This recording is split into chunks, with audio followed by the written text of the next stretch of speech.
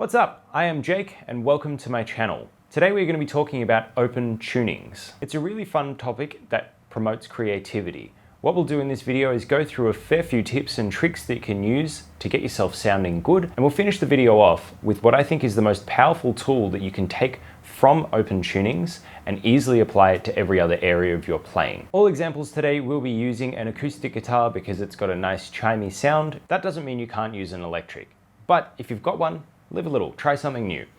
But first, leave a like.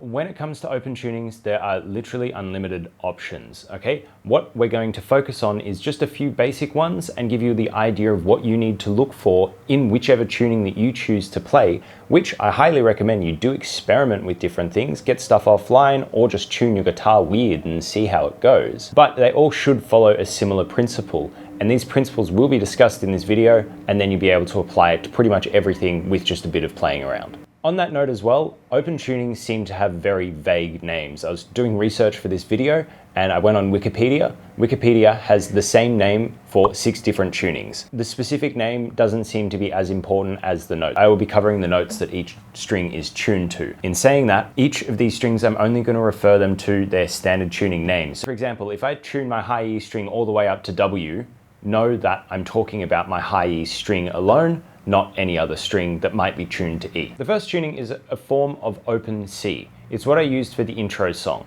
The tuning is C, G, C, G, C, D. So we essentially have a C sus2 chord.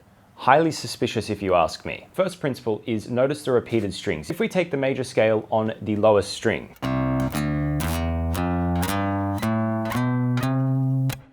we can repeat those same notes on the D string. Guitar's in tune. Assuming all other strings are in tune, we can repeat that on the B string again.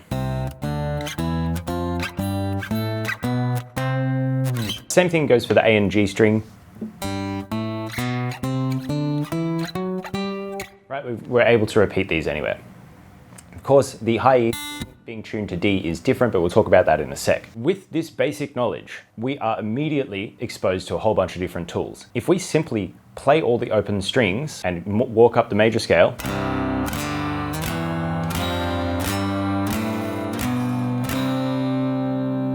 we've got a really cool sounding moment. We can literally play around the major scale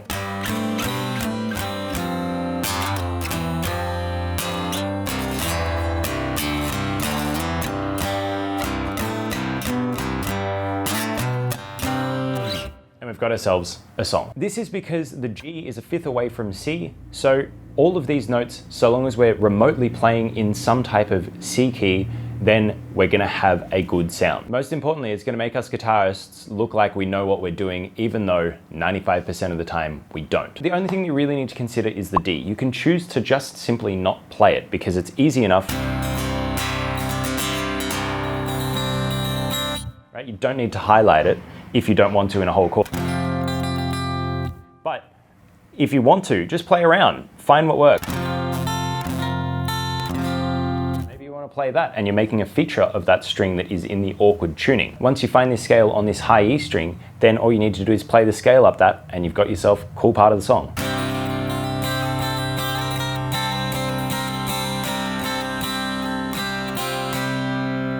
The final thing that you need to know is play harmonics. If you just shove random harmonics in everywhere, they all sound good. So whatever you're playing,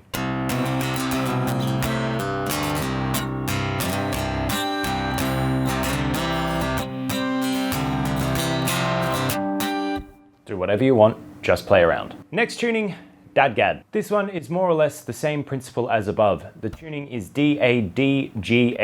So it's a D sus4 chord as opposed to a C sus2. Equally as suspicious if you ask me. In turn, it's got a different sound. The fourth is now on the G string instead of being on the high E. So that means that it's in the middle of the fretboard and we need to consider it. But use the ideas that we've already learned.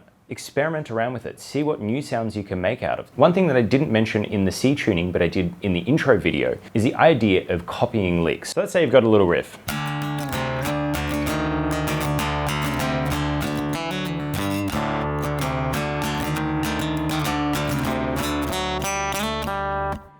Right? What you can do is change this and throw in the exact same idea repeated an octave lower.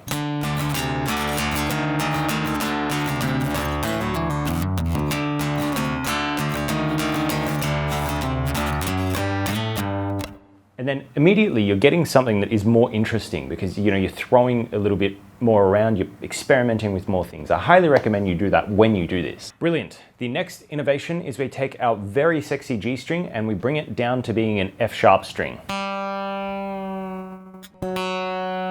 So then we've got a D major chord, or called lovingly DADFSHAD, which means DAD, F sharp AD.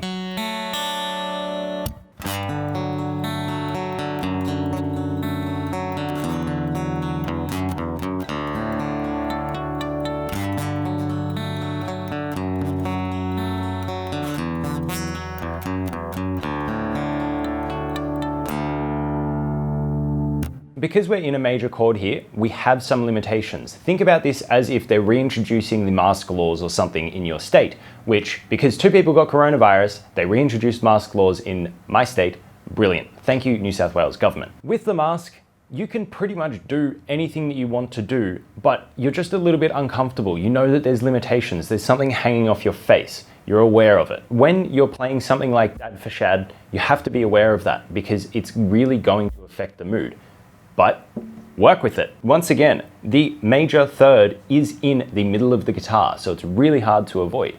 Make it work for you. Because this guitar is now tuned to a D major, if you try and play a D minor scale over it, it's going to clash. So we've got the D, the F sharp. That all sounds good. You play the F minor. That starts sounding horrible. But the answer is simple. You play major, you play Lydian, you play Mixolydian, or any other major mode out there. You could even play D double harmonic major.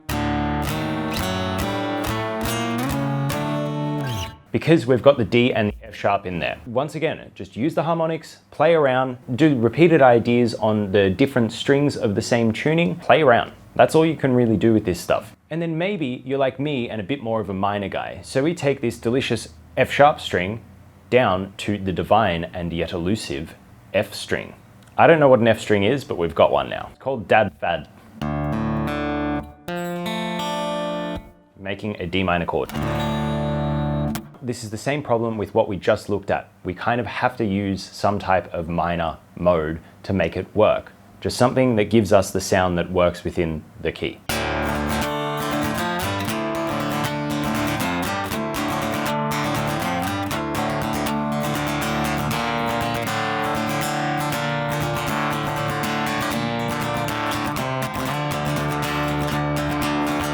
Now, the thing that I mentioned at the start of the video that is probably the most important aspect of this is using your ears. So we must admit something here as guitarists. Most of the time we simply follow the tab. If it's not on the tab, it is not correct.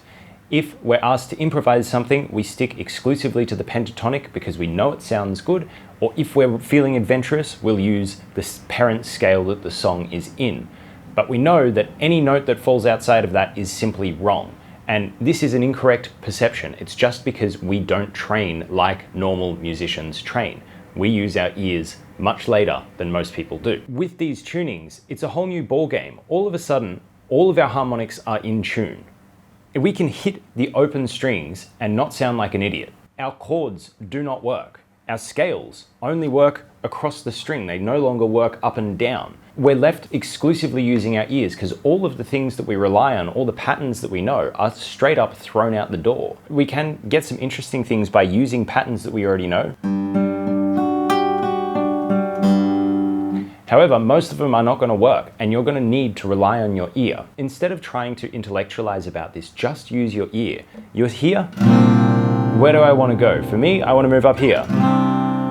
just don't think of this as some be-all, end-all method. It's just another tool to get you to start relying on your ears to guide the music that you play. And it's another tool, instead of saying, you know, put your ring finger on the 7th fret of the G string and then your middle finger on the 10th fret, instead of that analytical crap that, yes, it's useful, but it's not musical, maybe you want to come up the scale feeling happy. But when you get there, you realize that, hey, no, there's more to your personality and you want to show people that you're not so predictable, so you throw a few sixths in there.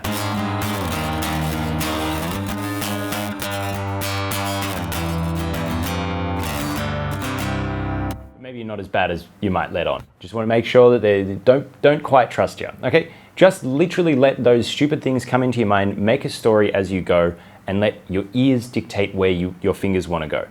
You will make mistakes. There are a couple of notes on here that will go bad.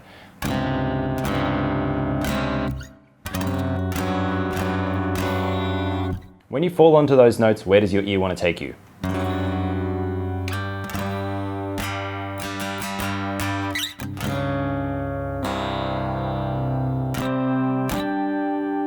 All right, that's me. Play, have some fun, and subscribe. Are you having any challenges of your own? Leave them in the comments below and I will get to them as soon as I can.